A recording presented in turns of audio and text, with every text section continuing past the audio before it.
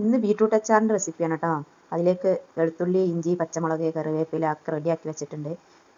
കൂടെ കുറച്ച് കടുകും ഉലുവയും കൂടെ വറുത്ത് പൊടിച്ച് മാറ്റി വെക്കുന്നുണ്ട്. ഇത് നമ്മൾ അവസാനം ചേർത്ത് കൊടുക്കുള്ളൂ കേട്ടോ. ഒക്കെ റെഡി ആയതിനു ശേഷം അതിന് മേലെ കൂടെ ഒന്ന് ഇട്ട് കൊടുക്കാം. അതിൽ തന്നെ നമുക്ക് നമ്മൾ വെളുത്തുള്ളി, ഇഞ്ചി ഒന്ന് ചതച്ചെടുക്കുക.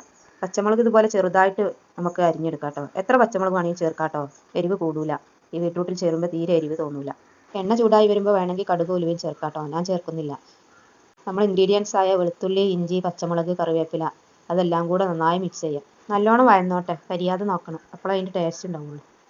ഏകദേശം ഈ പരുവാകുമ്പോൾ നമുക്ക് നമ്മളെ ബീട്രൂട്ട് ചേർത്ത് കൊടുക്കാം കേട്ടോ. ബീട്രൂട്ട് കുറേശ്ശെ ആയിട്ട് ചേർത്തിട്ട് നല്ലോണം ഇളക്കി കൊടുക്കുക. ഈ മസാലകളെല്ലാം കൂടെ എല്ലാ ഭാഗത്തേക്കും എത്തുന്ന രീതിക്ക് നല്ലോണം മിക്സ് ചെയ്യാം. എന്നിട്ട് ആവശ്യത്തിനുള്ള ഉപ്പും ചേർത്ത് ഒന്നുകൂടെ മിക്സ് ചെയ്തിട്ട് നമുക്ക് കുറച്ച് നേരം അടച്ച് വെച്ചിട്ട് ഒന്ന് വേവിച്ചെടുക്കാം. കുറേ സമയമൊന്നും വേവിക്കേണ്ട, കുറച്ചൊരു 2 മിനിറ്റൊക്കെ ഒന്ന് വേവിച്ചാൽ മതി. ഏകദേശം ഇത് വേവായിട്ടുണ്ട്. ഇങ്ങനെ നമ്മൾ വറുത്ത് പൊടിച്ച് മാറ്റി വെച്ച ആ ഉലുവൻ്റെയും കടുകിൻ്റെയും പൊടി മിക്സ് ചെയ്ത് കൊടുക്കുക. ഇത് നല്ലോണം മിക്സ് ചെയ്യണം കേട്ടോ. കട്ട പിടിച്ച് എവിടെയും കൂടിക്കിടക്കാൻ പാടില്ല. അതിന് ശേഷം നമുക്ക് ആവശ്യത്തിനുള്ള സുർക്ക ഒഴിച്ച് കൊടുക്കാം.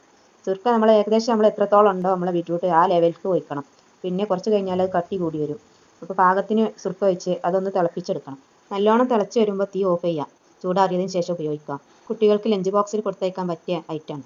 ഇത് മാത്രം മതിയാവും, വേറെ കൂട്ടാനൊന്നും ആവശ്യമില്ല. ഈ ബീട്രൂട്ട് അച്ചാർ ഒന്ന് ട്രൈ ചെയ്ത് നോക്കിയിട്ട് എല്ലാവരും അഭിപ്രായം പറയണം കേട്ടോ.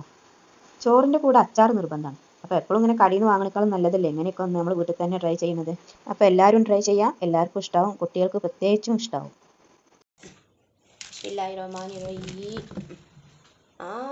അപ്പോൾ ഇന്നത്തെ വീഡിയോ ഇഷ്ടമായെങ്കിൽ ലൈക്ക് ചെയ്യുക. നിങ്ങളുടെ അഭിപ്രായങ്ങൾ കമൻറ്റ് ചെയ്യുക. മറ്റുള്ളവർക്ക് ഷെയർ ചെയ്യുക.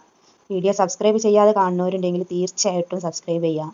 എല്ലാവർക്കും എല്ലാവിധ നന്മകളും നേരുന്നു. ബൈ.